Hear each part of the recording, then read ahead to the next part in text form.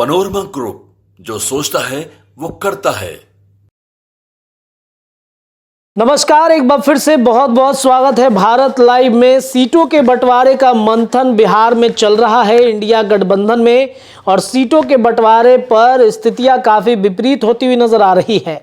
अब खबर यह है कि 2024 के 14 जनवरी के बाद बिहार में इंडिया गठबंधन के लोगों का सीटों का बंटवारा होगा।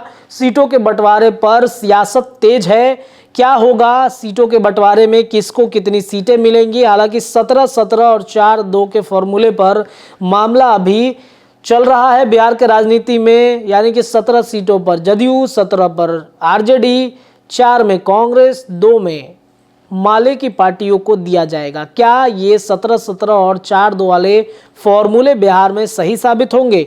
हालांकि कांग्रेस ने तो दावा 10 से 12 सीटों पर कर दिया है। कांग्रेस को सीट चाहिए तो राजद से बात करे। जदयू का बार बार ये कहना है। सीटों के बंटवारे का मामला अभी और ज़्यादा उलझ सकता है। कई ऐसे सीटें हैं जिस पर लड़ाई राजद और जदयू के बीच चल रही है। इसके पूर्व के वीडियो में हमने आपको बता के समझा दिया है कि किन 6 सीटों पर सबसे ज़्यादा मारामारी चल रही है। और अब देखिए, कांग्रेस भी इस मारामारी में कूद गया है, यानी कि दंगल में कांग्रेस भी कूदा है। ऐसी 8 सीटें हैं जिन पर कांग्रेस की निगाहें हैं, और भारतीय जनता पार्टी को मात देने के लिए कांग्रेस ने अपने पूरी तैयारी कर रखी है। 8 सीटों पर, जहां पर 2019 में भारतीय जनता पार्टी के कैंडिडेट जीते हुए हैं, वहां पर कांग्रेस बार बार दावेदारी कर रही है। कांग्रेस के समक्ष सीटों की संख्या के साथ पसंद का भी पेंच फंसा है। लोकसभा चुनाव के पिछले चुनाव की अगर बातचीत की जाए तो बिहार में 9 सीटों पर कांग्रेस लड़कर एकमात्र किशनगंज में विजयी हुई थी, जिस पर 8 सीटों पर उन्हें काफ़ी हार मिली थी। उनमें से 5 पर जदयू विजयी रहा। तब जदयू राजग का घटक दल था, यानी कि एनडीए का, और अब INDIA के साथ है। ऐसे में कांग्रेस के समक्ष सीटों के संख्या के साथ पसंद का पेंच फंसा है। आलाकमान के साथ बिहार कांग्रेस के चुनिंदा नेताओं की बैठक में भाजपा की जीत हुई है। सीटों पर तैयारी करने का निर्देश मिला है। इस निर्देश से पहले ही प्रदेश इकाई की मांग 10 से 8 सीटों पर सिमट आई है। राष्ट्रीय गठबंधन समिति को उन सीटों का समीकरण समझाया जा चुका है। यह भी 1-2 सीट के लिए कांग्रेस गठबंधन में रार पैदा नहीं करेगी। अपने आधार के दृष्टिकरण कांग्रेस स्वर्ण, अनुसूचित जाति व मुसलमान बहुलक संसदीय क्षेत्रों की आस पाले हुए है। किशनगंज उनकी अपेक्षा में पहले क्रमांक पर है। अनुसूचित जाति के लिए सुरक्षित सासाराम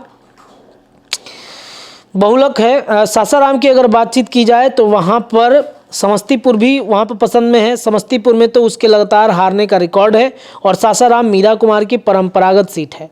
ब्राह्मण बहुलक मधुबनी है, और बक्सर में से कोई एक चाहिए। भूमिहार के प्रभाव वाले नवादा और बेगूसराय में भी किसी एक की अपेक्षा है। प्रदेश अध्यक्ष डॉक्टर अखिलेश प्रसाद सिंह इसी समुदाय से हैं, और राज्यसभा का उनका कार्यकाल भी पूरा होने वाला है। पूर्व राज्यपाल निखिल कुमार की परंपरागत सीट औरंगाबाद है।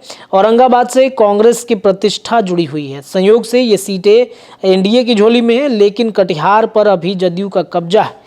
यहाँ से पूर्व मंत्री तारिक अनवर चुनाव लड़ते रहे हैं। आलाकमान के विशेष आग्रह पर भी यहाँ कोई संभावना बनेगी। ऐसी स्थिति में पूर्णिया और सुपौल के साथ भी यही स्थिति मची हुई है। पिछली बार वाल्मीकि नगर, मुंगेर, सुपौल, कटिहार और पूर्णिया के कांग्रेस को जदयू से मात मिली। पटना साहिब और सासाराम में भाजपा से, जबकि समस्तीपुर में लोजपा उनके से वाल्मीकि नगर, मुंगेर और पटना साहिब और उनकी पसंद नहीं रहे। अगर इसलिए दबाव बना तो वह पूर्वी चंपारण और मुजफ्फरपुर की मांग कर सकती है। मधुबनी से मना किए जाने पर दरभंगा का विकल्प होगा।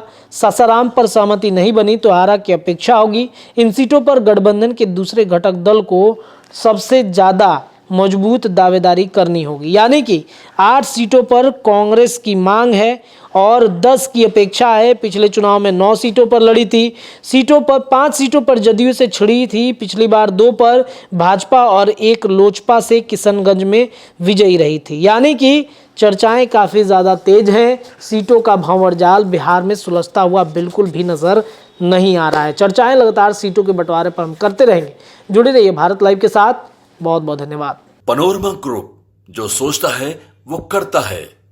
अगर ये वीडियो पसंद आई और वह बिहार के राजनीति और बिहारियत से सरोकार रखेनी तो सब्सक्राइब बटन दबा के चैनल के सब्सक्राइब कर ली। ओजे एगो घंटी बा, ओकरा बटन दबा देला से कुल सटीक और मारक खबर रुआ मुफ्त में मिल जाई। अगर रुआ पत्रकारिता के हमनी के नया प्रयोग में सहयोग कर चाहतानी तो ज्वाइन बटन दबा दी। पेटीएम नंबर नोट कर ली 9386816700। धन्यवाद।